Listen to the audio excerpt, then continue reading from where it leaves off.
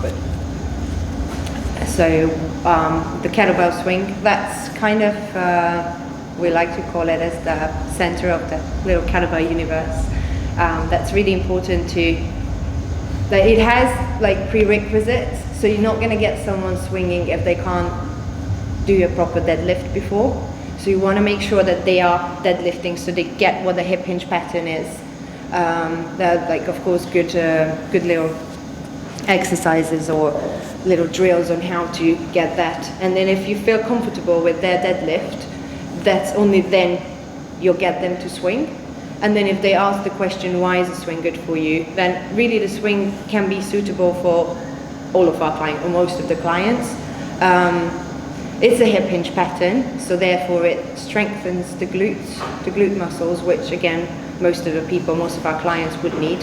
And then at the same time, it also stretches the hip flexors, which is often associated with weak glutes, so tight hip flexors. So that's already a great thing. Why doing that? Also back endurance, that can release lower back pain and tension. So it's just, that can be a great answer if the clients ask why doing kettlebell swings. And then of course,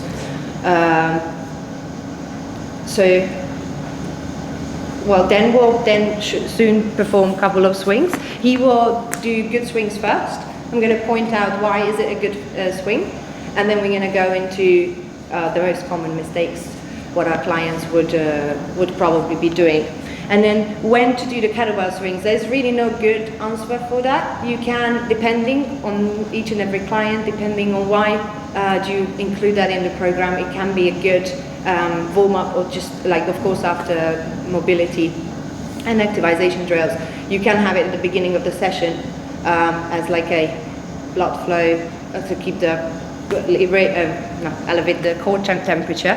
So it can be good for warm-up, or you can have it as your end of session finisher as well, depending on really your goals and your client's goals.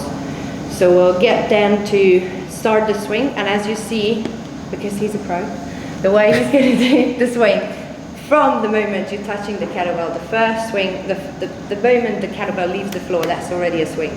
So you see the clients will attempt lifting it up and wasting energy and time to get the swing going. You don't want to do that. The first swing, the moment as it leaves the ground, that's already a swing. So he gets the position, tilting the horns towards himself, and then, get on. So you see, first swing was already a swing. It is as you see, the hip hinge pattern. It hits it. You don't have to. Sit down. You don't have to go really higher than your shoulders. That's one common mistake what people would do. That's perfect. You just stop it where as Dan did it. So the body, the arms will, and the kettlebell will finish up in a nice straight line. Having the core tight, and then the glutes and the hip visibly tightened on the top of the swing. And you don't want to drop the kettlebell, I don't know if you've noticed, but Dan did keep it above the knee level, so the kettlebell didn't drop too low. If that happens, that's really a common mistake. Then you put way too much on the lower back, and that's where you're going to arch the lower back, and then it's not going to be a hip hinge then, most probably. So if you want to give us 5 more reps, good ones. So you see, it's about knee level or above it. Good, and set down. And then I don't know if you've heard the breathing pattern. That's what we call a biomechanical breathing match. So you really do breathe out on the top. That enforces you to keeping your core tight. You really want to put an emphasis on that for the clients as well. That of course protects the spine, so the core and the midsection stays tight throughout. And then let's get into the common mistakes. I really don't want to take up much time, loads of time. So the common mistakes, then when they drop too low. So do you want to swap to the lighter one? No, I'm okay. For the mistakes? Right, yeah. So they drop too low, so the whole thing slows down. You might realize it is really slow, drops too low. He's rounding his lower back. You can set it down, that's fine. or even they actually go even more than that, they will really drop, like the bell nearly touches the floor. That happens loads. Or when they actually try to squat rather than the hip hinge pattern. So when you do like a nearly, it looks like a squat and a front raise. Shall we see those? With the 16th, is that? Yeah.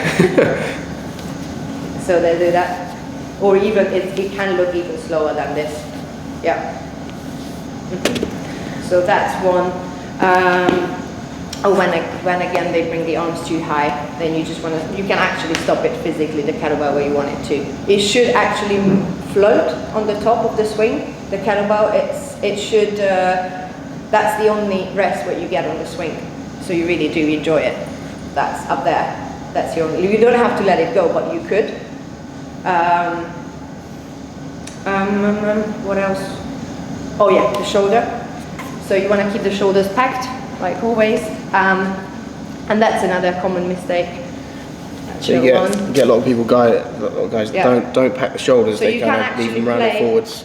You can actually play with that. Yeah, you can actually show them how to have the shoulder in and out on that position when they actually tilt the horn towards themselves. You can actually have a little play with that. And then again, just a nice little drill to put an emphasis on keeping the midsection and the core tight if you just have them down in a plank before the swing.